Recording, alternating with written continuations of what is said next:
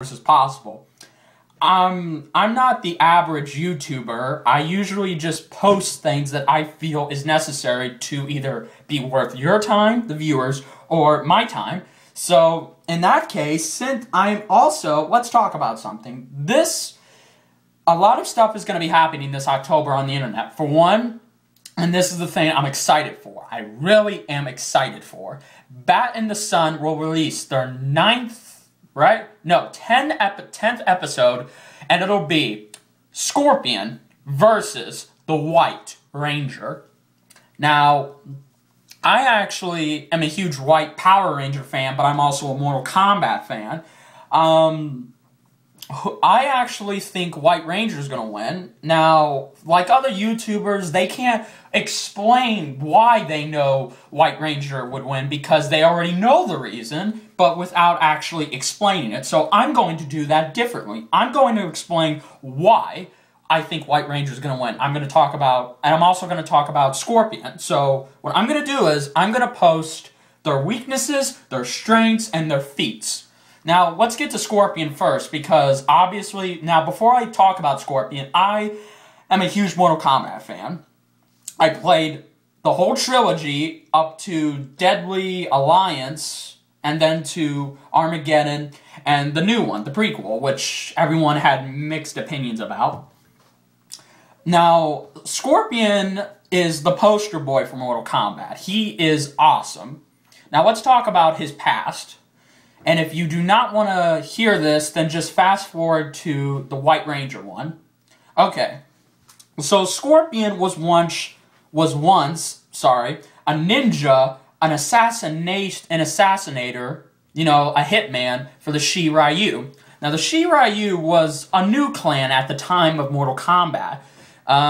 They often engaged battle with the Lin Kuei. In fact, they did not like the Lin Kuei. So one day, Scorpion came face to face with Sub-Zero, and apparently depicted in Legacy, they actually knew each other from childhood, and they were always the best at the best. Now, Scorpion gets killed by Sub-Zero, but it's not really Sub-Zero. I don't know if it is or if it's not, if it's just Shang Tsung or Quan Chi. But on to the facts. So yes, now Scorpion came back in the tournament as a Spectre because his soul could not be able to pass. So he had to come back and he had to finish what he started. So he did kill Sub-Zero, but then he had nowhere else to go. So he was pretty much now a bodyguard and a pawn for Shang Tsung. In exchange, Shang Tsung would give him his clan and his family members back. Excuse me. So, that is what... So, now let's talk about his weapons and his powers. Now, Scorpion is, of course, a master at jiu-jitsu and martial arts. Various, I believe. But I think the most common he uses, I think, you can quote me if I'm wrong on this, is jiu-jitsu, which is what Raiden uses. But Scorpion's is much different than Raiden's fighting style. In fact, his fighting style is pretty much different than any other combatant, except Sub-Zero's, because Sub-Zero's is accurate to Scorpion. But on to the point, Scorpion is an immortal Spectre. He does not age, but he is not invincible. So therefore, he can die, and it's actually accurate in Mortal Kombat realm.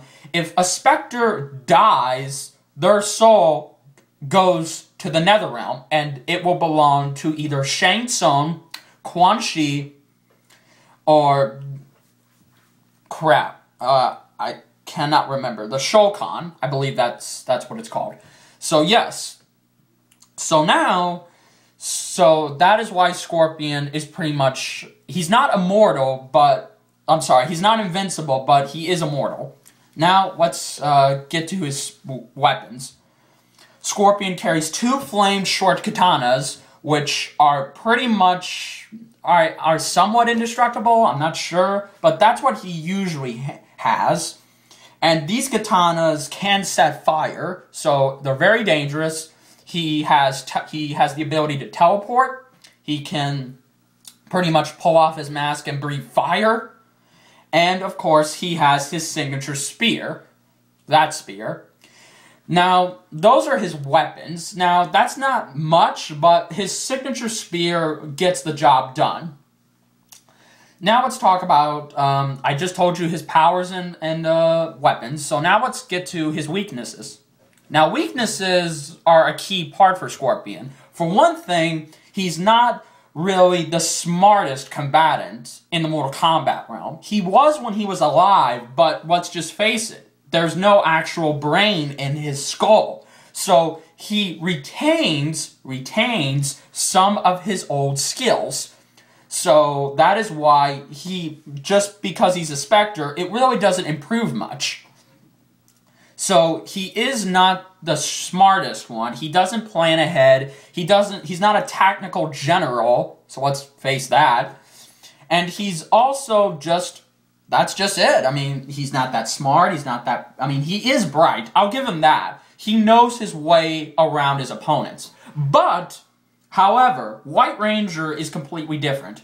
Now, I'll get to why that is in a second, but Scorpion has accomplished a lot of feats. He's a living Spectre who does not age. He retains some of his youth and his powers and his abilities, and also, he is just a fucking badass. I mean, the guy he's really that good. I mean, he can stand up to anybody. I think out of all of his feats, though, the one most accomplished one is when he actually was able to beat Superman with magic, of course. Now, you can say that, oh, that only happened in the game. Well, technically, no, and yes, it did. Because Scorpion has defeated Superman before. There's no actual comic, so don't bother looking, but there is proof that Scorpion would be able to kill Superman. So, yes. And let's just say that Scorpion has never been able to push someone like the White Ranger to his limits when that's already been done, because the stuff that the Power Rangers had to go through, it's something that Scorpion can't even begin to grasp. Because this guy he may retain some of his youthfulness and abilities, but he's nowhere close to his prime because of his Atrobax, which pretty much holds him back. But however, I think it's safe to say that Scorpion will try his best to defeat the White Ranger, but it can't be done. I'm sure of it.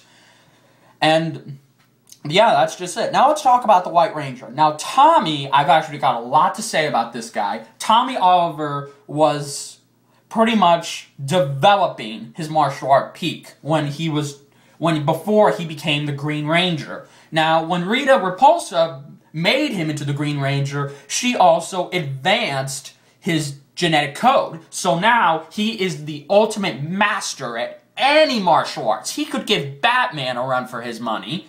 I'm dead fucking serious.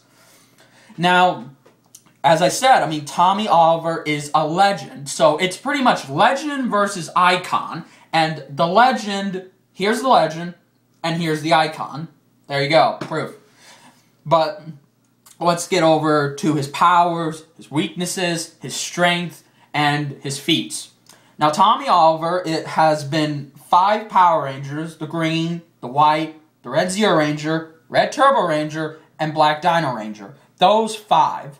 Out of all of those, you think out of all of those forms, only one is able to pretty much be legendary, the White Tiger power.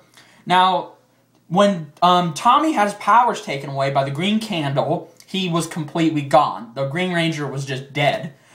That is until, excuse me, I'm sorry, I'm just getting over a cold.